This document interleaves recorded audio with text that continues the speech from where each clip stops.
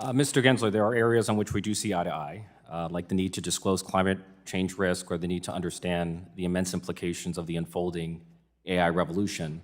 But I'm going to offer, however, observations about 3 areas about which I've heard concern, and then have you respond as you see fit. First, on the subject of crypto.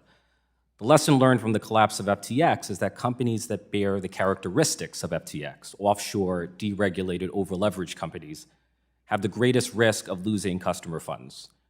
In a world of scarce enforcement resources, one would think that the SEC would prioritize enforcement actions against high-risk companies that resemble FTX, offshore, deregulated, over-leveraged companies. Instead, it appears the SEC has done the opposite. Instead of targeting an offshore, deregulated exchange like Binance, you've chosen to target an onshore regulated exchange like Coinbase. Instead of targeting an offshore, deregulated stablecoin issuer like Tether, you've chosen to target an onshore regulated stablecoin issuer like Paxos. It seems like your enforcement priorities ignore the lessons learned from the FTX failure.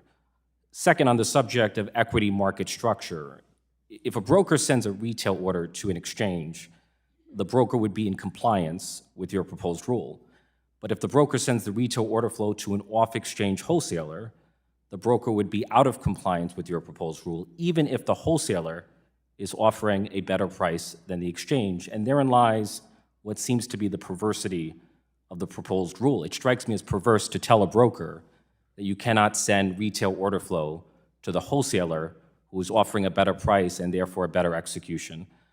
On the third subject of private funds, both New York State and New York City retirement systems are heavily invested in private funds. The New York State Common Retirement Fund invested about $29.5 billion in PE, and over the course of 10 years saw an annualized return of 10.12%. The New York State Teachers Retirement System invested $14.7 billion, and over the same period saw 16.6% in annualized returns. The New York City Employees Retirement System invested $6.5 billion, and over the course of 10 years saw an annualized return of 15%.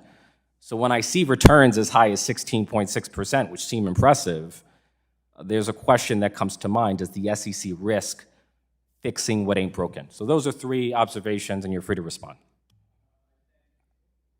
I thank you, and let me try to do them in kind. In terms of crypto, you're right that U.S. investors are accessing the crypto markets, both onshore companies and offshore. Our jurisdictional reach is to both if they're U.S. investors that are participating in that. But let's be clear, you have the authority to take enforcement action against offshore deregulated exchanges. We do. It takes longer to build the investigative files. It takes longer, sometimes in cooperation with offshore enforcement authorities to pursue that. And it is, frankly, more challenging to actually get subpoenas complied with. And so it takes longer in time.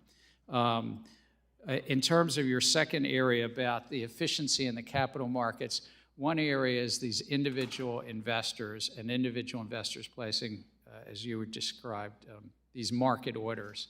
And what we did was put out a proposal and said, if that proposal is getting at least the middle of the market, at least mid-part or better, it's fine. But if these individual small dollar orders were not doing that, either they're sent to a regulated exchange or put it into competition. But we're going to get feedback on it.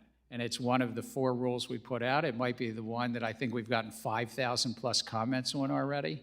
I guess maybe I'm missing something, because you hold the exchange as the gold standard of competition. But if the wholesaler is offering price improvement relative to the exchange, like, I'm failing to see something. So one of the things is... Like, if the wholesaler were offering a worse price, then I would consider that a failure of competition, and I would see the reason for your rule. But if it's offering a better price, are we fixing what ain't broken? Well, so we don't have a level playing field right now between the dark markets that are probably a third to a half of the market on any given day, and the... But what you denounce is the dark markets are outperforming what you consider the gold standard. Well... So that's where I'm confused. So I'm saying that the dark markets actually have different rules of the road. They don't have the same minimum increment. I could speak to you for an hour, but So we're trying to harmonize that. On your last, Gentleman, time's expired.